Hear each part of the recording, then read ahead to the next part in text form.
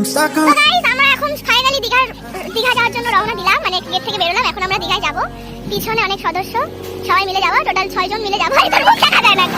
তো চলো, আয় আমি নাই সামনে বল, আমরা কোথায় যাচ্ছি? আমরা এখন যাচ্ছি সস্তার দীঘাতে। হ্যাঁ, আমি এইটা দীঘা কা পরি পরিকা। মানুষ হেঁটে হেঁটে কেদারনাথ চলে যাচ্ছে, আর আমরা হেঁটে হেঁটে এখন যাচ্ছি হচ্ছে দীঘা।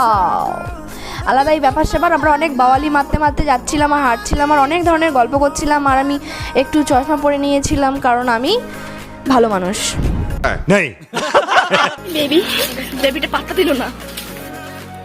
ওই যে পিছনে বেবিটা, আমি ওকে আই আই বললাম, বাট আমাকে পাত্তা দিল না গাইস। বাট ঠিক আছে, দুঃখ পেয়েছি, বাট কোনো করার নেই। মিনি ব্লগ পার্ট 2 শেষ হয়ে গেল, তাও আমরা দীঘাতে পৌঁছাতে পারলাম না।